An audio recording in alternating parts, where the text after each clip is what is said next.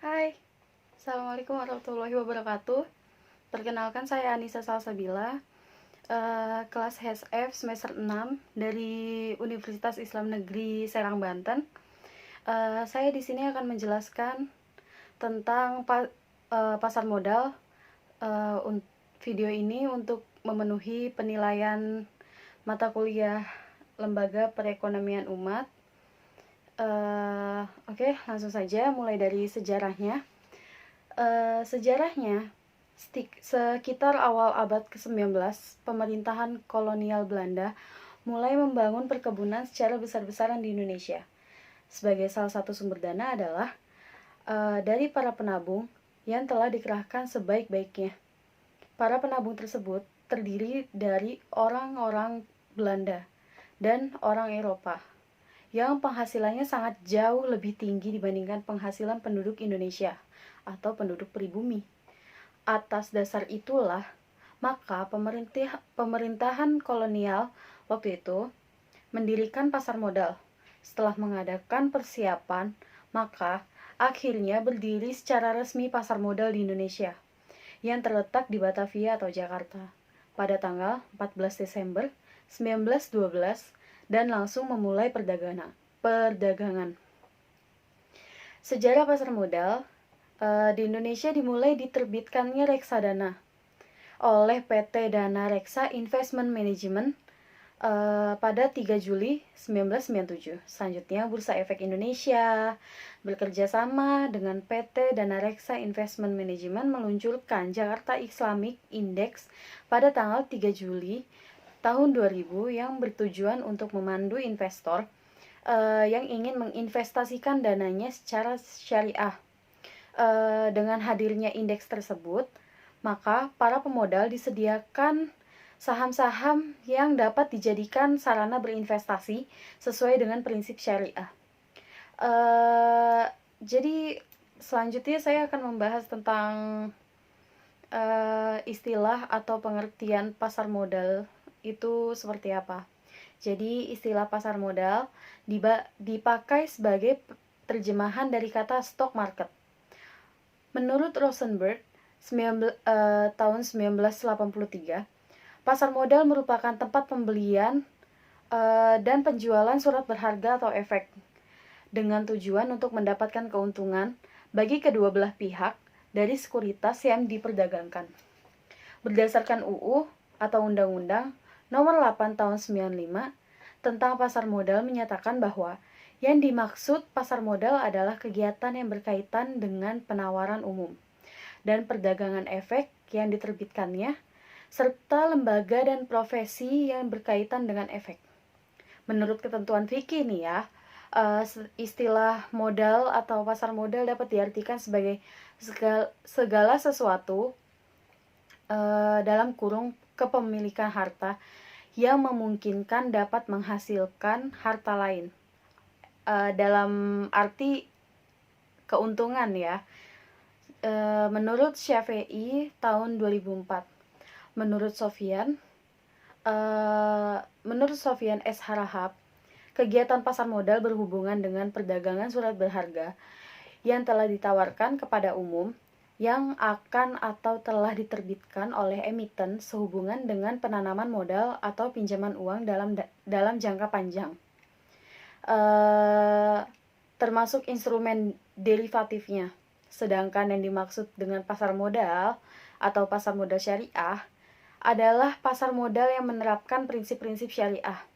Prinsip-prinsip tersebut antara lain yang pertama, larangan terhadap setiap transaksi yang mengandung unsur ketidakjelasan.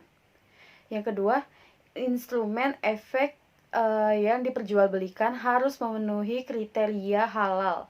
Jadi nggak boleh nih kita memperjualbelikan efek atau surat berharga itu tidak memenuhi kriteria halal.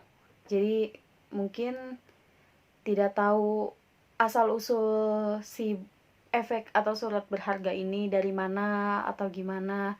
Jadi maka dari itu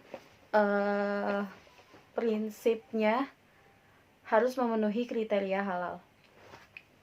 Dasar hukum pasar modal syariah sudah tentu semua hal yang dijadikan pedoman oleh agama Islam, di mana pasar modal syariah sudah dijelaskan dalam Al-Quran, yaitu berbunyi, "Hai orang-orang yang beriman, bertakwalah kepada Allah dan tinggalkan sisa riba yang belum dipungut jika kamu orang-orang yang beriman." Surat Al-Baqarah ayat 276. Selain itu, landasan fatwa juga dikeluarkan oleh MUI mengenai pasar modal dan transaksi syariah di Indonesia. MUI mengeluarkan 14 fatwa. Fatwa yaitu yang pertama tentang pedoman pelaksanaan investasi untuk reksadana syariah.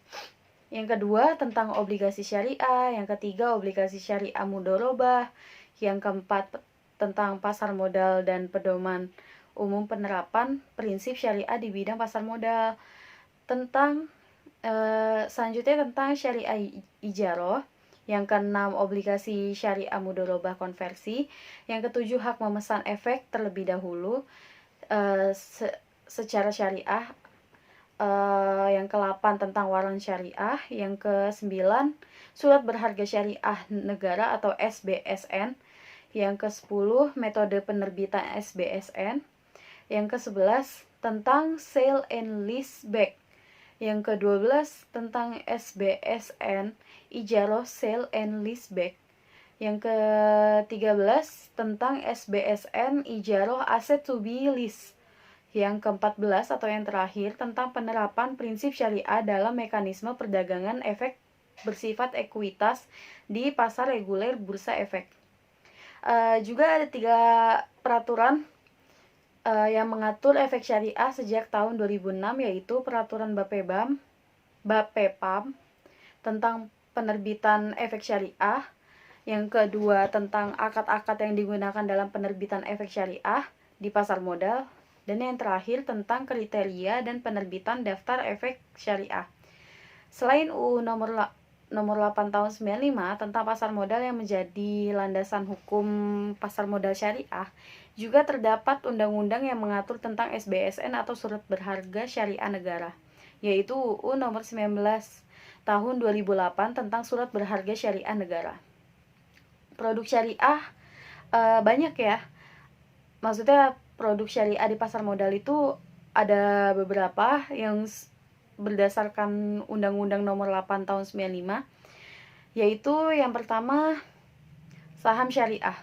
Secara konsep, saham merupakan surat berharga bukti penyertaan modal kepada perusahaan, dan dengan bukti penyertaan tersebut, pemegang saham berhak untuk mendapatkan bagian hasil dari usaha perusahaan tersebut. Yang kedua yaitu sukuk, merupakan istilah baru yang dikenalkan sebagai pengganti dengan istilah obligasi syariah atau Islamic bonds. Sukuk secara terminologi merupakan bentuk jamak dari kata sak dalam bahasa Arab yang berarti sertifikat atau bukti kepemilikan. Yang ketiga yaitu reksadana.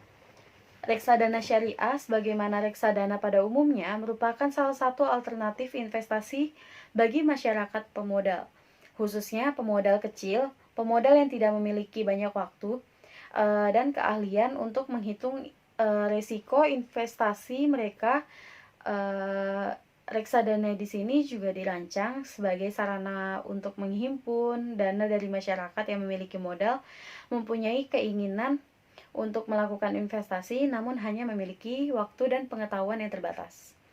Yang keempat, efek beragun aset syariah adalah efek yang diterbitkan oleh kontrak investasi kolektif EBA syariah atau efek beragun efek beragun aset syariah, jadi disingkat jadi EBA, EBA, yang di portofolionya terdiri dari aset keuangan berupa tagihan yang timbul dari surat berharga komersial, tagihan yang timbul di kemudian hari, jual beli pemilikan aset fisik oleh lembaga keuangan, efek bersifat investasi yang dijamin oleh pemerintah, sarana peningkatan investasi atau arus kas, serta aset keuangan setara yang sesuai dengan prinsip-prinsip syariah. Yang kelima yaitu hak memesan efek terlebih dahulu atau right issue. Right issue di sini memastikan bahwa kehalalan investasi di pasar modal tidak hanya berhenti pada instrumen efek yang bernama saham saja, tetapi juga pada produk derivatifnya.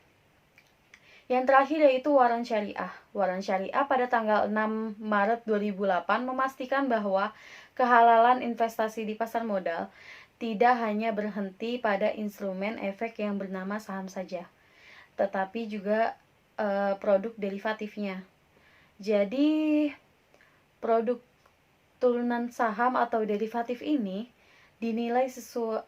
yang dinilai sesuai dengan kriteria DSN berdasarkan fatwa pengalihan saham dengan imbalan waran.